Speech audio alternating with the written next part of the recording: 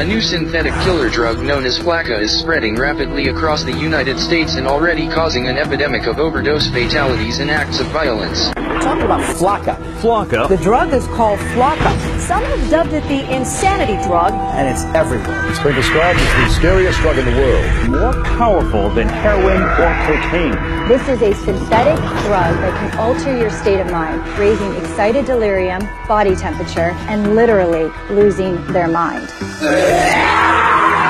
They're all experiencing like superhuman kind of strengths. It takes 6 policemen to hold them down. That's a problem. Psychotic breakdowns, hallucinations, aggressive, violent behavior, Cannibalism and self-mutilation. indiscriminate violence. When Flakka takes over, we are living in the context of the end of the age.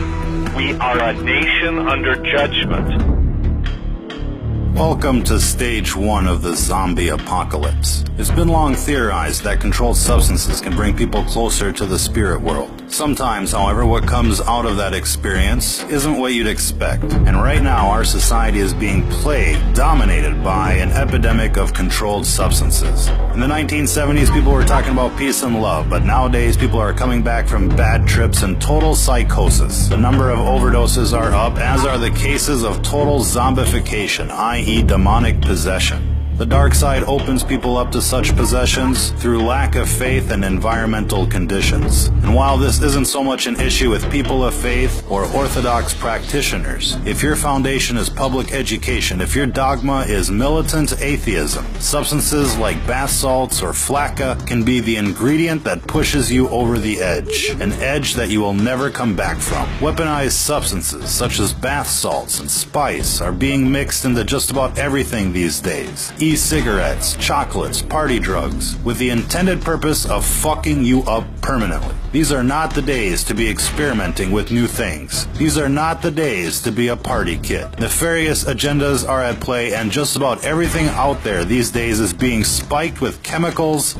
to do you in. This recent craze of legal highs, for example, has become epidemic in proportion. Coupled with the outbreak of pharmaceutical abuse, heroin abuse, meth abuse, this all has the potential to doom an entire generation like never before. Our message is clear. Don't be a guinea pig. Whatever is out there circulating on the streets these days is experimental in nature. Cities are receiving experimental batches so that the effects can be recorded and analyzed. Now, we'd like to think that most of you out there have the common sense to avoid these types of substances. But if not, let this be a fair warning to you. If what you're into is not 100% natural, if your surroundings and mental state is not 100% positive, whatever you're thinking about is not worth the experimentation. Even alcohol has the potential of channeling in evil spirits. If you go to a liquor store in British English societies, hard liquor is called spirits, and it's called spirits for a very good reason. Again, these are gateway substances, and when they're added to the atheist psyche, anything is possible. If you've ever seen somebody turn bright red while drinking, you're basically watching demonic forces take over. Most times, the affected individuals are unaware, and while most of us dismiss their drunken behavior as simply being drunken behavior, there is something else going on. The dark side is constantly trying to induce what's called mutation by design. It's the main reason why everything you buy is laced with chemical or unnatural substances. They call the food GMOs, with the intended purpose of changing the composition of people from a natural state to an unnatural state, from a natural vibration to an unnatural vibration. And while this gets into the metaphysics of the world at large, what you're seeing here isn't natural,